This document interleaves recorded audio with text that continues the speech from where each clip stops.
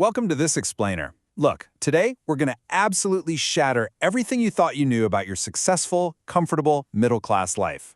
We're pulling together some really profound insights on wealth, mindset, and career to show you exactly how society has set a trap for you, and more importantly, how you can finally break free from it.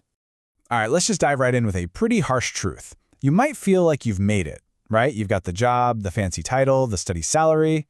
But earning a 1 lakh rupee salary doesn't mean what you think it means. The way we define the middle class is completely skewed by these massive societal illusions. Let's break down the math for a second, because this really shatters the illusion. If you're the sole earner bringing in 1 lakh rupees a month and you have a spouse and 2 kids depending on you, your per capita income actually plummets to just 25,000 rupees a month. Global financial definitions place that firmly in the low-income bracket. Yet, you're probably spending like you're wealthy. So, here's our roadmap for this explainer. We're going to cover the middle-class truth, the game of assets and liabilities, the cage of EMIs and jobs, and finally, your escape plan, the 3E formula. Section 1. The middle-class truth, shattering the illusion. You know, we all love to blame economic inflation when our bank accounts hit zero at the end of the month, right? But honestly, the real culprit is lifestyle inflation. We are constantly competing with our colleagues and our neighbors, buying things we absolutely do not need, usually to impress people we barely even like, just to maintain this totally fake middle-class status. We send our kids to overly expensive schools and buy all these branded clothes, not out of necessity, but out of a misguided ego that says, hey, I'm middle class, I gotta have the best. Moving on to Section 2, the game of asset and liability, and how money actually moves. Okay, this is absolutely crucial. The foundation of financial literacy comes down to this incredibly simple yet widely ignored rule. An asset puts money in your pocket, a liability takes money out.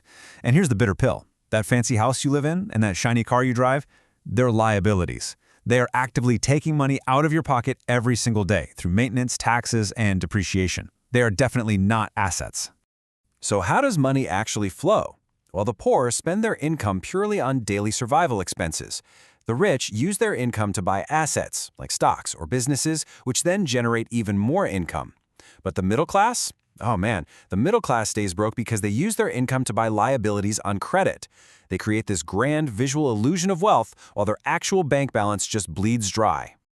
These are literally invisible chains. Sure, from the outside, you look rich. You're driving an SUV, you're tapping on the newest iPhone, living in a gated society. But behind closed doors, you're basically just working to pay the bank. Every single month, your hard-earned money just vanishes to cover the interest on things that are rapidly losing their value. So what's the immediate fix here? You've got to flip the script and act like an investor, not an employee. You absolutely must automate at least 10% of your income straight into genuine asset building. We're talking mutual funds, digital gold, or even upskilling yourself. And you have to do this before you even have the chance to spend it. Pay your future self first automatically. Which brings us to Section 3, the cage of EMI and job, those golden handcuffs. Listen to this because it's deeply unsettling. A massive global Gallup poll across over 160 countries found that in South Asia, only 21% of people are actually engaged at work. That means a whopping 80% of the workforce is just miserable. They're just going through the motions, staring at the clock, waiting for the weekend. And here is the terrifying connection. Why do 80% of us stay in jobs we absolutely hate? Because we're trapped by EMIs. When half your salary goes to loan repayments, you are forced to tolerate abusive bosses, 70-hour work weeks, and deeply toxic environments. You can't quit because you've got bills to pay. It's a golden cage. Now, maybe be justified by thinking, well, I just haven't found my passion yet. Actually, Stanford research completely shatters that myth. A fixed mindset believes passion is this hidden treasure buried inside you. But a growth mindset, which is backed by science, shows that passion isn't found, it's a plant. You got to deliberately grow it. You have to put in the effort, build the skills, and then the passion will follow. All right, Section 4, freedom through the 3E formula. Let's talk about the practical escape plan. So, how do you break these handcuffs without bankrupting your family? The scientific way out is the 3E formula. Step 1, explore. For the next 30 days, spend just 30 minutes a day exploring a totally new career path. Step 2, engage. Pick the ones that excite you and do a small 20-hour real-world weekend project. And Step 3, excel. Pick the winner and grind through the hard parts for 6 months to build actual, undeniable skill. And while you're tinkering with those small weekend projects, you're actively hunting for something very specific, the flow state. It's that crazy magical feeling where you're completely absorbed in a task. Your phone could ring and you wouldn't even hear it. Time literally disappears. That feeling? That's your compass pointing you towards your true capabilities. And hey, don't panic and think you need to go back for a brand new university degree. Research by Josh Kaufman proves it only takes about 20 hours of focused, deliberate practice to get reasonably good at a brand new skill. That is just 45 minutes a day for a single month to test if a new path is actually right for you. You can absolutely do that alongside your current job. But, what happens when it starts getting hard? Angela Duckworth's landmark research proves that long-term success really isn't about your IQ or your natural-born talent. It's all about grit.